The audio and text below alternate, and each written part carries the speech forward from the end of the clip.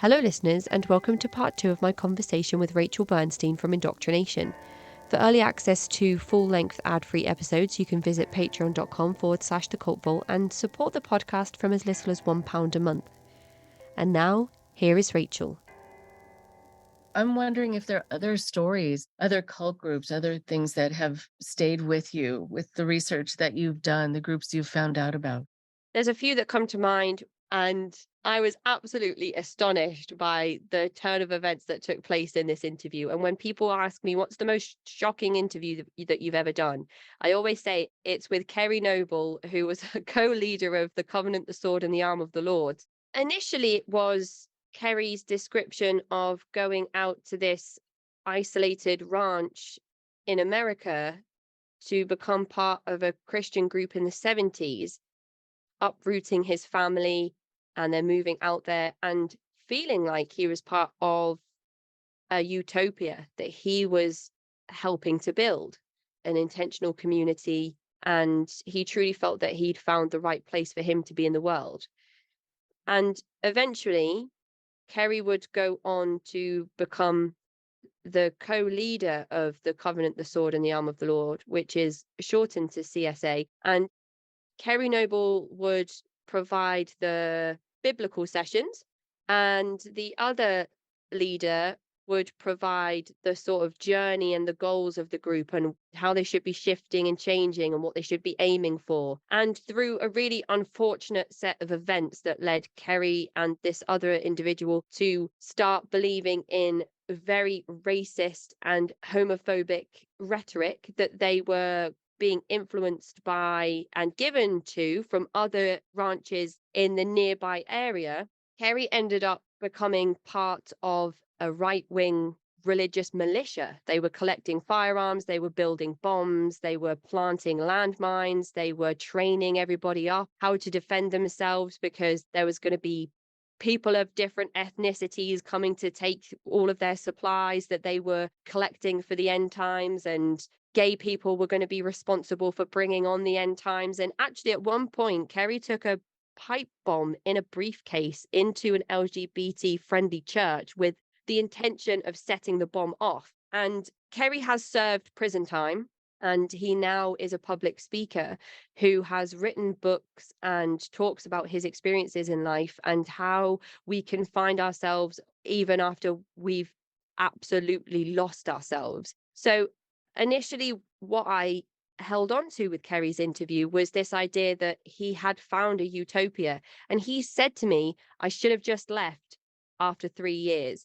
And how many people have said to you, Rachel, I should have just left after X amount of time? It would have just been a blissful part of my life that I would have reflected on and thought, wow, maybe I wish I could be back there, or I wish that I would have stayed because life could have been like that forever. There are so many people that say that, but I think Kerry was the first person to explicitly say that. And then the direction that our conversation took, of course, I was in shock to hear him speaking so openly with so much accountability to the things that he had done. And I think that I am very fond of the Kerry that I spoke to and not so fond of the Kerry that I heard about. And so those two things as an interviewer were hard to reconcile for myself during that interview. And then wrapping up our conversation, he talked about how he has a very liberal family that is made up of various cultural elements. And he spoke about how all of those things that he hated, all of those things that he fought against in that group, are now the things that make up his family that he feels so privileged and so thankful for. And again, that to me, absolutely fascinating. Wow. I like the way you said that you were fond of the Carrie you were talking to, not fond of the Carrie stories you had heard about.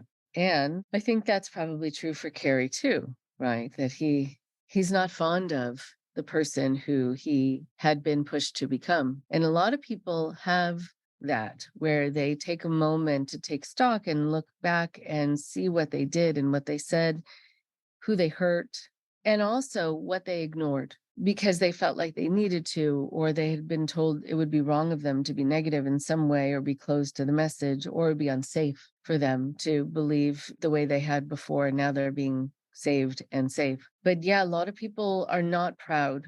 And another reason that I put together the podcast was sort of to do what I could to save people from that. So they wouldn't have years of their life that they didn't want to look back on, not only because of how they were treated, but because they were made to treat others that way too. And to look at others. And a lot of people have trouble shaking superiority, looking down on others, seeing people as less than. And that's very much cultic thinking. And that even though people are given a very hard time within a cult, still they're supposed to be seen or see themselves as superior to everyone else. And then I think it's hard to be among the masses, the people who you look down upon when, you get out. And I think there's something enticing about that message that is hard to give up for a lot of people. That holier than thou mentality is how I say it, and I do hear about that. That was one of the earliest things I think I recognized as a common thread between various interviews. I think my first interview being with Helen and my second being with two former Pentecostal practicing individuals from different branches of Pentecostalism, all of which spoke about that exact thing. And I think that's when I started thinking, hang on a minute, these are two very different groups, but there's a lot of things here that overlap. And of course, now I understand that those things obviously exist. That's how we're able to quantify what is or isn't a destructive cult. So just kind of parts of my own observations. But you talked then about hoping to have a chance to save some individuals through your podcast work, but you have an intervention tomorrow. So this is something that you do outside of the podcast as well. I know that you offer therapy, and I know that you've been doing your webinars this year, which I think have been pretty popular with different themes. And the intervention work is also something that you're a part of. How did you find yourself in the world of cult intervention? Because that is quite a specific thing, and I think also quite daunting. It is daunting, and I take it very seriously. There's a lot riding on them. There are a lot of hopes, and I don't want to disappoint a family, and I will try to not be involved if I can, if I feel like it really doesn't have the potential or it's not the right time for it, or the family's not ready to receive that person back because they're angry or there's still discord within the family. And so there's more work that needs to be done to give this person a safer place to land and a more enticing place to land into. What I think happened really was that I started doing these sort of mini interventions just in my office, just having a time to explore with someone about what they were involved in and if it really has provided them with all the things that they have been promised, and just having them sit with it, not having to answer my question, but just sit with that. What were you told would happen to you? What were you told your life would look like? What were you told would happen to you or would happen to people who left? Have any of these things happened? Have you seen it? You don't have to admit it to me, but just sort of admit it to you. And then maybe be ready to look at making a change so you're not in a situation where more of your time and your good nature and your trust is being taken advantage of and wasted. I want people to get on and have a life, really, and have a life that makes sense, and one where the goals that they want to reach really are reachable, unlike within a cult where it's just this carrot, which I think is inherently so awful and disrespectful and keeps people on hold forever. So, yeah, I was doing it in these smaller ways, just through conversation. And then someone approached me and said, we do interventions. A lot of the interventions I do are with people who I really respect, who are not heavy hitting, who also do it the same way with just having a conversation. And they asked me to be involved. I was so nervous the first time because I thought if I were that family, and I had put everything on the line. Like they felt like this was their last effort or their last hope, for this to be successful. Ugh, I didn't want to blow it. What I found interesting about that, and I was brought in as the counselor to help because there was some family discord and there was also some history of mental illness, and they wanted me to just sort of be present for it. It seemed like it hadn't been, and I tell families this a lot because this was my first experience and it was very powerful to me. It seemed like it wasn't successful. And that was hard on everyone at the end. And then about 2 months later, the person left the group and said that during the intervention, they had to report back each day to their controllers to say that they were they were impervious to what we were doing. None of it was getting absorbed. Yes, they agreed they were going to continue saying the mantra in their heads so they could deflect whatever we were telling them. And they were doing a good job, but some of it was getting in. And so they went back to their cult having an education about what a cult is and what it looks like and what happens there. And so they then needed to spend some time with it, I think, to see it with their own eyes. And then it wasn't someone pulling them out of something, but rather sort of arming them with the information so they could make the decision that they thought was really in line with what was true about the group. What was also interesting, I think, for them when they left was they found out that we had a lot more information about the group than they ever had. And this is true actually about almost across the board from people involved in cults. Same thing with people who are with controlling partners, where that controlling partner will say, don't talk to any of my exes, and if you do, they're crazy. They're all crazy. They all, they left me and they all, whatever. There's always some story that's being told about everyone else. Controllers like to discredit the source of your information so that you don't listen to the information. So they're all liars. Same thing with a cult. Don't go online. Don't watch a show about us. Don't research. So people outside of a cult know 10 times more about it in actuality than the members. So because we had information, and it wasn't that it was necessarily all negative. We had information about, I don't know, some organization that was started that did feed the hungry, but they also did all these other things, and there were all these lawsuits, and the leader used to go by a different name, and the group went by a different name because there had been exposés done, and because he was wanted on a variety of things, and this person had no idea. So it was like gifting this person with information, with a definition of what is a healthy group and what isn't, what you should be feeling at this point in your life, with how hard you've worked to get here, what you should have in your life by this point that the cult is actually keeping you from. And then they left on their own. So even if an intervention doesn't feel successful on the spot, it doesn't mean that it's not going to be down the road. That felt really nice. That's incredible. That I think it's also my understanding that it's unusual for an individual to wake up in the moment as well. I remember reading again when I was reading Durette's memoir, An Everyday Cult. She kind of had this shelf-breaking moment, and I, across all of the episodes, have only ever heard that two other times. So 2 months with that information sounds about right for the threads to start bringing apart the tapestry, and kind of really destroying this whole picture that the group has created. And I think that that's great. Have you had any experience where an individual has said in the moment, "Oh my goodness, what have I done?" or "Oh my goodness, I had no idea." So it has happened actually twice where someone got very quiet and you could see that things were starting to unravel inside, and they were overwhelmed by it. Because not only do they start to see what this group really is, they start to recollect the times that they were having their own doubts that they were taught to ignore. So they kind of conjure up those moments where they thought, oh, this doesn't feel right. And then they have this internal struggle because are they ready to look at the time that was wasted or the money or whatever else they lost? And are they ready to say goodbye to their community, the people they've probably given up their family and friends for? And are they ready to look at themselves as people who trusted people they shouldn't, even though there's doesn't mean there's something wrong with you, it just means someone was able to do that to you, which is possible for all of us. There's so much that people need to grapple with in the moment to be able to say, you know what, I think you're right. It's never just that easy. But I did have an experience. I don't know if I spoke on your show about this, but I know I've talked about this on this show with a woman who had been with a guru for many years. And that while I would love to think that it's my incredibly fantastically placed intellectual comment that did it, it's very often not.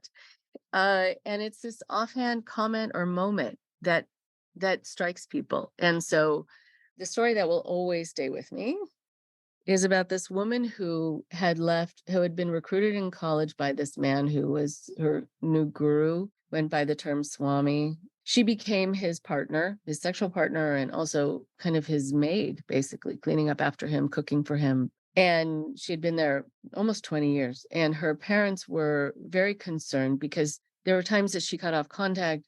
She had also had some children by him, and had been reports of child abuse and child neglect. And she had been such a thoughtful person growing up and so kind, and had always talked about wanting to be a mom. And this was not the kind of mom they were sure she wanted to be, and how she wanted her kids to be raised. So they thought it must be impacting her. So she was open to meeting with her family. And there was a reason that they put out there that they thought would entice her to meet with them. That it had to do with something else. Someone had passed away in the family, and she wanted to be able to. She had been close with them, and she wanted to see something about where they had been buried. So the family got together. They planned that we were also going to be there, the people doing the intervention. And we came with books, and we came with our info, and I tried to not overwhelm her with too much information, but there was a lot of information about this group out there. The guy's very litigious, so that's why I'm not mentioning the name of the group for your sake and for mine.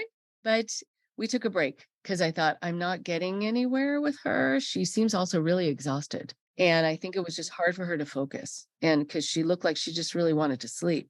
Like she hadn't slept for a long time, it seemed. She had bags under her eyes. She looked a lot older than she was chronologically, which usually means that you're being put through a very hard time and a lot of neglect for your body, your health, etc., and a lot of worry on top of it. So we took a break, and we were in a room, and there was a coffee and tea service there. And I went over to the end of the table, and she was at the other side, and I knew it was going to be too hard for her to kind of climb over all the chairs. And I offered her tea. I said, "What kind of tea would you like, or coffee?" And that's what did it.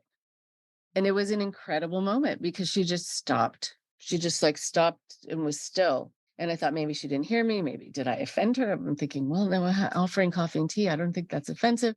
What did I do? And yeah, that's when she realized she had not been offered anything for the last 20 years. No one had taken care of her in any way. The question itself let her have that moment of realizing that was such a foreign sound to her ear, and it shouldn't have been for all this time. And so that was it. We just offered her something to drink. So you never know what it's going to be. It says a lot about how people are treated. And I think also, especially women are treated in groups.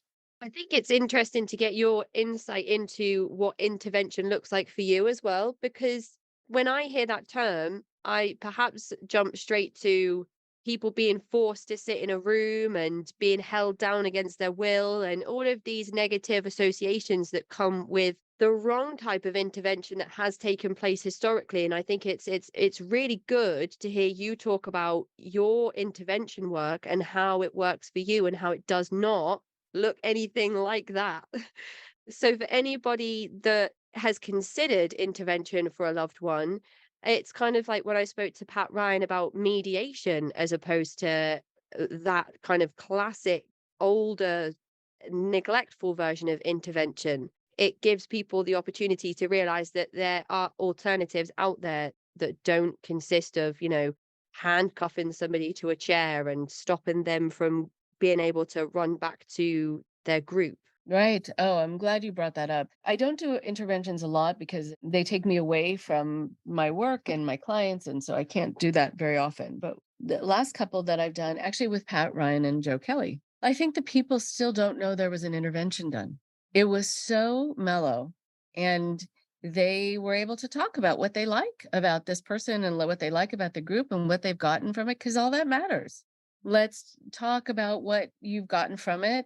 And then let's talk about at what expense, what you've given up in order to get these things, because that's the part that really matters. Have you given up your sense of self? Have you given up your direction, the things you wanted to do in your life in order to learn how to levitate, or I don't know, whatever you think you're able to do now? I don't know, or just to have community.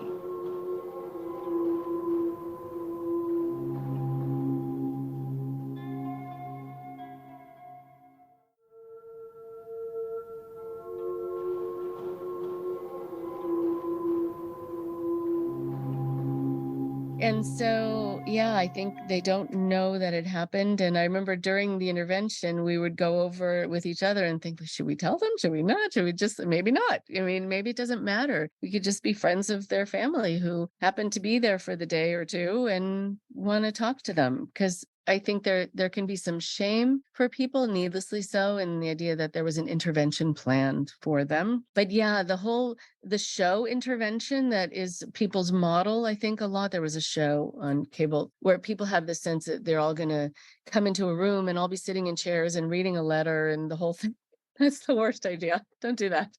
Do not do that. Because first of all, it's really good to have kind of one-on-one conversations. Otherwise, people feel ganged up on. People feel like they have to also fight against these hordes of people who are trying to rescue them, or they have to play a part and act because they have all these eyes on them. It's just, you don't get an actual, I think, a real conversation. And so, we plan out how many people are going to be in the room at any given time. And to have that person really not feel like it's an ambush, it's carefully done to preserve people's sense of confidence and safety throughout. And I like the way they do it. And so I agree to do it with them.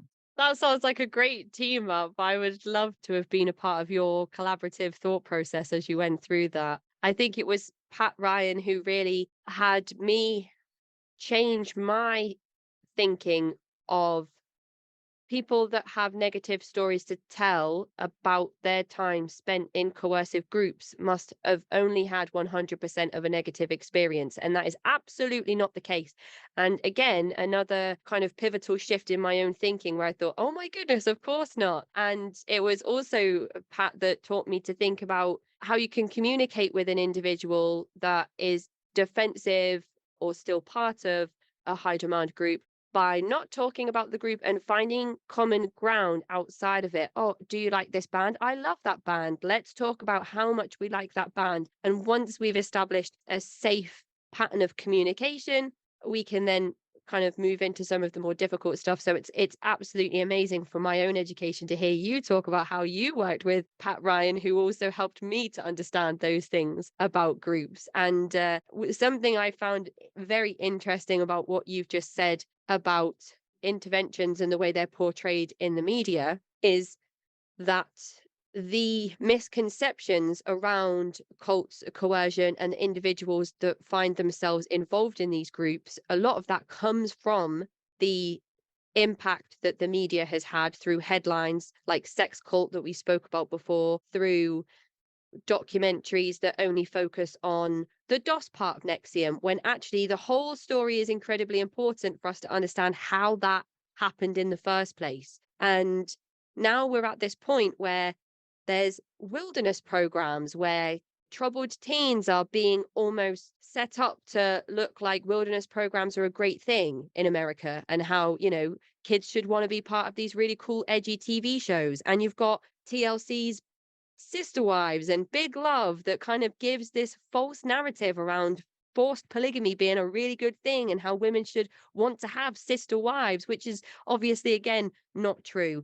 And there's also all of this stuff that comes with large group awareness training, and how that's presented to be a really positive thing when we know that it isn't always the case. LifeSpring, there are so many troubled teen industry boarding schools and wilderness programs that have based their blueprint on the teachings of LifeSpring and LGATS, and it all just comes back around.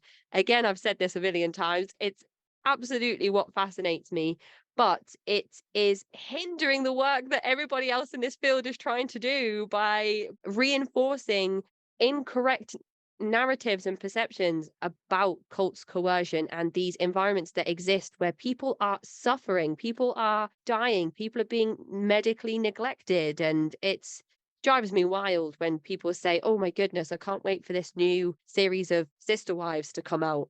Or people quote Osho, and you're like, stop quoting Osho. Why are we all still quoting Osho? Does nobody realize who that person is? And most of the time they don't, because the rebranding's been so successful. But I could just shout from the rooftop. I'll get on my soapbox all day and talk about why we should not be endorsing cult leaders in pop culture. Right. I'm really glad that you brought that up too, about how there are so many different groups that, yes, are misportrayed in this sort of romanticized way in television land. And also, yes, with teen treatment, there's some that are fine. It all depends on who's running a place to know if it's going to be safe or not. And so if a person really cares about the people there and they're willing to take responsibility if something doesn't work out, and they have credentials of some sort, and they also care if someone's harmed by what they're doing, they're willing to make adjustments based on that, then you have the ability to have it be a safer place. I think about people who are running a lot of these residential programs who don't have one credential to their name, and they have this sort of sadism that runs through this organization. And people, kids will often try to escape and then be treated as criminals for trying to escape, but they were really trying to escape for good reasons. I mean, it's kind of a horrible catch-22 that happens. And then also kids are often not believed and not listened to and seen as acting out, etc. So they don't have credence isn't given to them for what they're saying. I think it's good that we're talking about this, and even with all the talking about it still exists in droves. One would think now, because this didn't exist when I started, that there were well, there wasn't a podcast ever, but that people could talk about this and it would still exist. It still exists in the same numbers, if not more so, I think, because of the internet and whatever else. But I hear, just when people ask me what I do, if I need to get out of wherever I am quickly, like if I'm, in a hurry, I'll say I'm a therapist. And if they ask me if I have more time and they ask me specifically what kind of work I do, I'll let them know. And then a whole conversation ensues. I'm sure when people ask you about your work and what you talk about, they want to hear more about it. But people who I talk to almost invariably will say, oh, well, I went with my shaman and we did ayahuasca in Peru. And then I went to my psychic who told me that I should do this or that. Now, are these places dangerous?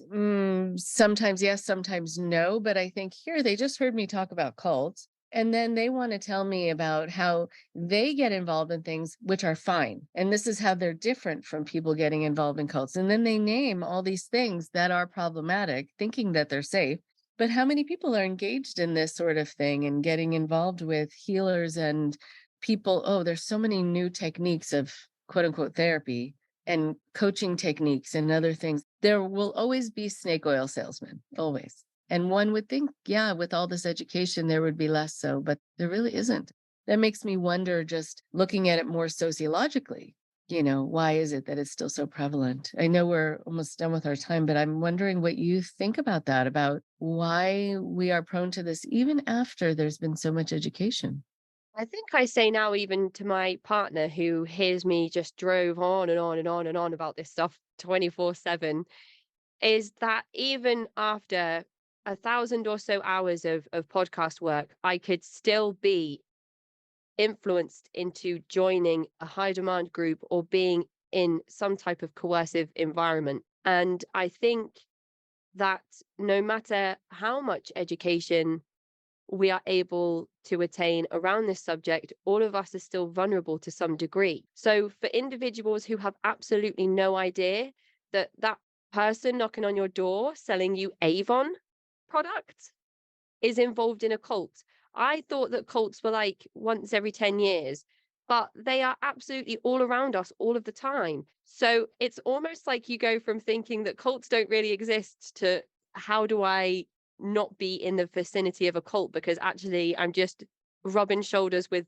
cult members all over the show. So I don't really know how we solve that issue. I don't know how we find some middle ground where we can understand that there is education for ourselves and others that needs to take place, but also not ask everybody if they're having to pay a £500 upfront subscription for their yoga group and things like this. So that's the kind of space that I'm in at the moment, and I found myself having one of these shifts in my own thinking when I listened to your recent panel at the International Cultic Studies Association conference, when you were discussing QAnon and Q believers. And at that point in time, I don't think that I'd consciously made that connection between individuals in cults and conspiracy theorists wrapped up in QAnon, and how actually a lot of the tactics that these individuals have been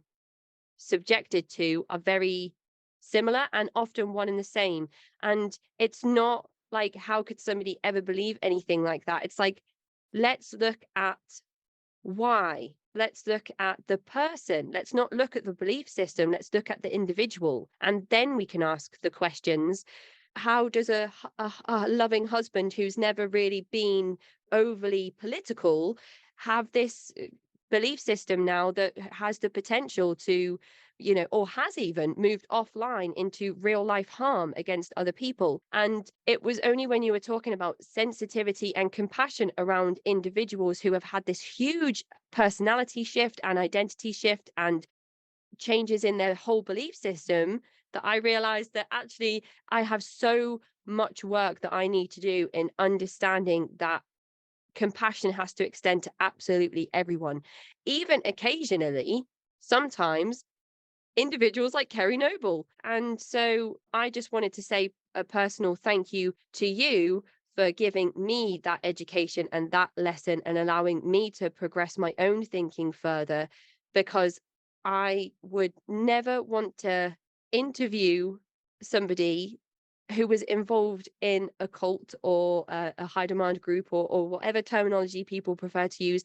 I would never want to interview a person and think in my mind, how did you fall for that? Which is kind of the way I was thinking about QAnon. And now I realize that we have to approach all of this stuff across the board with the same compassion and mentality. Otherwise, how can we ever hope to help those individuals and all of their loved ones that are being impacted by these things? So I just wanted to extend my gratitude to you for helping me even further along this journey, because I don't have formal education in this field yet, and it's important that I try to learn from those that do have credentials, so that I'm not, I have a platform where I speak to people, and although I don't really tend to offer opinions or diagnose anyone or anything like that, there could be times where I say something that somebody else then takes as truth, or somebody else then takes as fact. And that's important to realize, that I need to make sure that my own information is credible and it's coming from those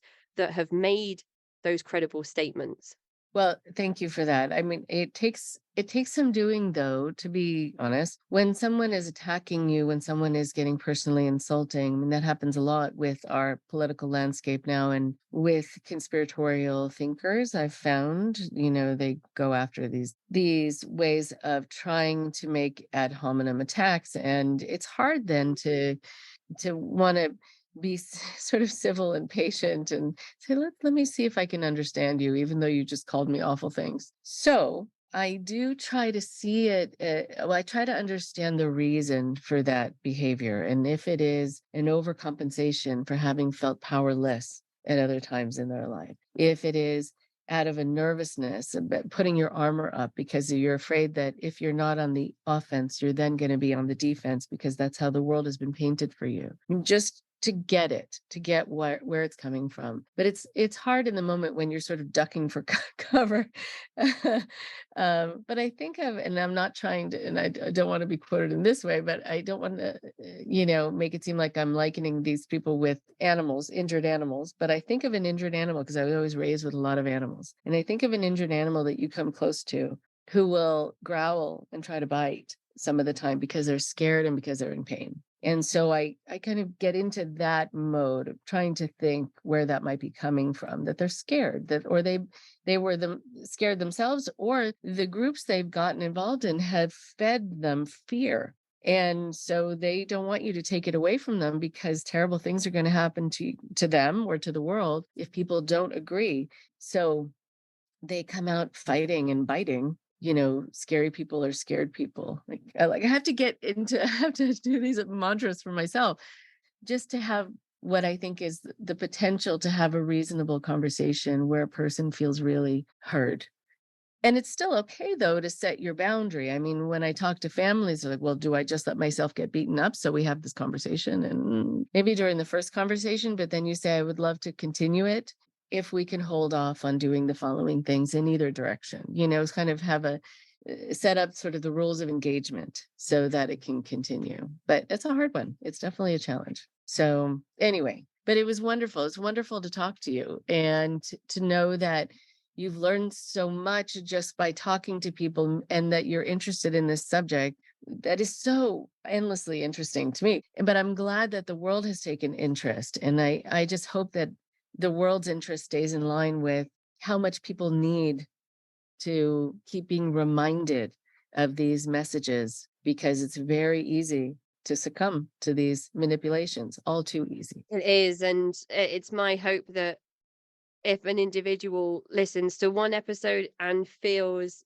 validated in themselves in a way that they haven't been before, just from listening to somebody else's story, or people have language and definitions that they can put to experiences that they've had that they really haven't been able to explore because they didn't have the right tools. Any of these things that can happen from somebody just listening to one guest's story, it could change X amount of lives. And that's really my hope for the show. And I think that between us and the volume of episodes that exists between the Indoctrination podcast and the Cult Vault, there's such a vast amount of resource between the two podcasts. So I think it's really wonderful work, and I just find it interesting. I can't see myself stopping anytime soon, because there's too many questions that have yet to be answered, and I don't even know if I know what all of those questions are yet. So I really appreciate you, Rachel, and your time, and for all of the education that I've got vicariously through your work and your platform. So thank you so much for this opportunity today, so close to Christmas as well.